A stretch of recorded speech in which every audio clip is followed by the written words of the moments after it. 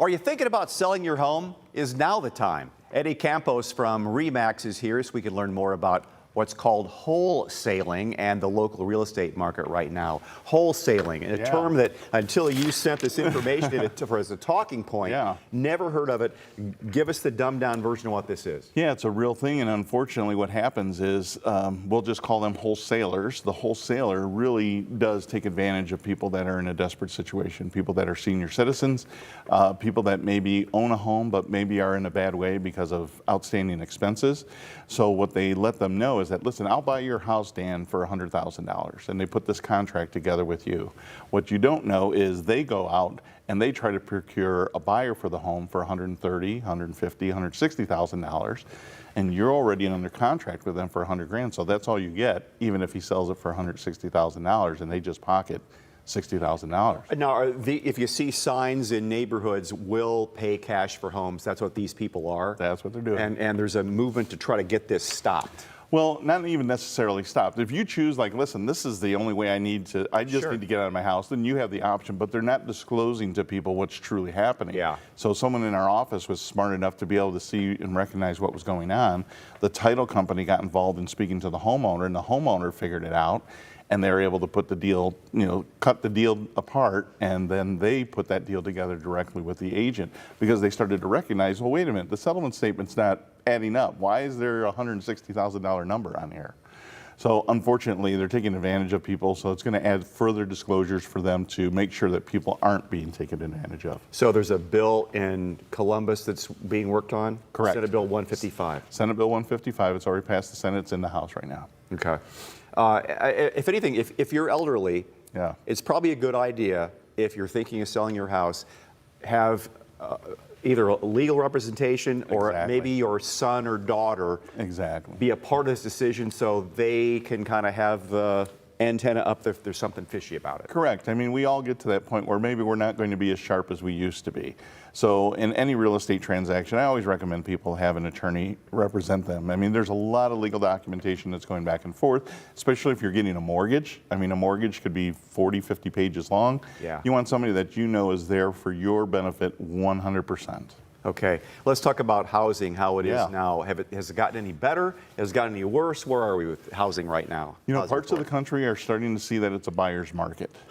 22 metropolitan areas out of 50 are already experiencing that. Here, I know Florida's that way. Yeah, Florida's getting desperate down there. There's a lot of empty homes, and prices have been going down like crazy. Exactly, and insurance is a big part of that. You know, I had a bunch of people that bought homes, during the pandemic, and now they don't want them anymore. Unfortunately, we've got some Canadian friends that decided they don't want to have homes down there, but insurance is probably the primary driver of that. But we are seeing other metropolitan areas that are seeing that. We're not seeing that here necessarily. We're still, I guess, technically a seller's market, but we're kind of teetering back and forth. Some months are a little bit stronger than others. So if you look at the home sales, and you and I are meeting a little bit later than we normally do. So these are May numbers that come out in June. But we had 660 homes that were sold in the month of May. That's down 12%. The average sale price was $255,000, and new listings were up by 9%. So those are good numbers for buyers to start to see. And what we're starting to see is, since the homes are sitting on the market a little bit longer, buyers are starting to get a few more deals now. They're getting some discounts. Maybe they're getting closing costs paid for, home warranty. So there's other opportunities for buyers to be able to buy. Well, I see your time on the market, 60 days. Yes. That's 2 months is a long time if you're trying to, if I want to sell my house, I want to buy that house. My wife has her eye on that house, and we can't do that until we can get this done. So we want to make things move here. Yeah, exactly. And there are ways to be able to do that. Sometimes you can sell your home subject to the seller finding suitable housing. That's one way. You can take the equity from your home, use that as your down payment, buy your home first, and then sell your home. So there are options that realtors can help sellers with to be able to balance that out. And we're still waiting for the interest rates to keep going down. Where are they? I know interest rates with the Fed and everything, they're all not quite the same, but where are we with the... Yeah, so I just spoke to Billy Horn over at Savage and Associates. 6.75, which is actually not a bad number. 6% it's been worse. And 6% is historical average. We're really hoping that there'll be a change, and we'll start to see that going lower and lower, but things aren't looking positive for that to happen. I mean, the days of 2.5%, 3%, they're long gone probably, but what's realistically a way that everybody can... And if we could get into the high 5s, low 6s, that would be, I think, a real push for the real estate market. But at the same time, we definitely don't want to see 2%, 3% again, because we only have 1,300 homes available in Northwest Ohio. That's 10 counties. Can you imagine if they dropped to 3% tomorrow, what would happen to that? We'd have next to nothing available. Then we'd have a different kind of problem to try to solve.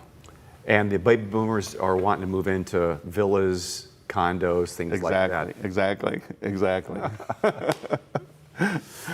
But yeah, so right now, and baby boomers, they're definitely the most active people that are out there. They're buying homes and they're selling their home after they purchase because they got equity to work with. Yeah. Eddie, good to talk to you. Yeah, good to talk to you. Always good to talk to Eddie Campos from Remax Real Estate broker there. Thanks so much for being here today. Good seeing you.